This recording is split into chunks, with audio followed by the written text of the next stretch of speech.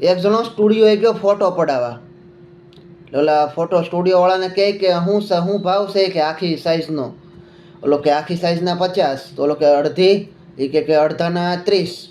તો કે તમે શું લૂંટવા બેઠા? લૂંટવા કે એટલો બધો કાંઈ ભાવ હોય કે ફોટાનો હોય કે આ કે તમે શરમ કરો, શરમ. ઓલો સ્ટુડિયોવાળો કે ભાઈ કે બજારમાં માર્કેટમાં જે હાલે છે એ પ્રમાણે અત્યારે અમે લઈએ છીએ, એમાં એ કે ક્યાં લૂંટવાની એવી વાત હાલી કે તમે કોઈ બી સ્ટુડિયો વયા જાઓ એટલો ભાવ તો લે જ તે કે બધાએ.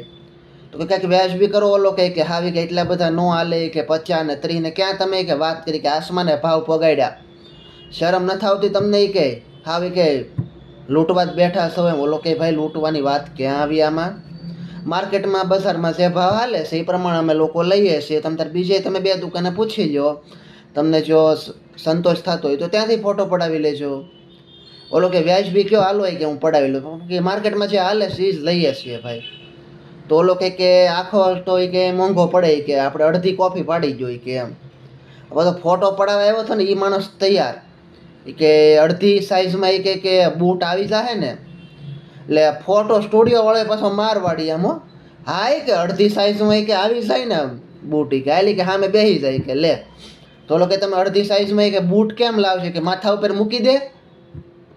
હા તારે એમ કે બૂટ જ જોવે છે ને બધું. આ શું કહેવાય, ઉપાડો કરી જ લેવો છે તો પછી બૂટ માથા ઉપર મૂકી દે એટલે તારે આખો બૂટ હોતો ફોટો આવી જાય.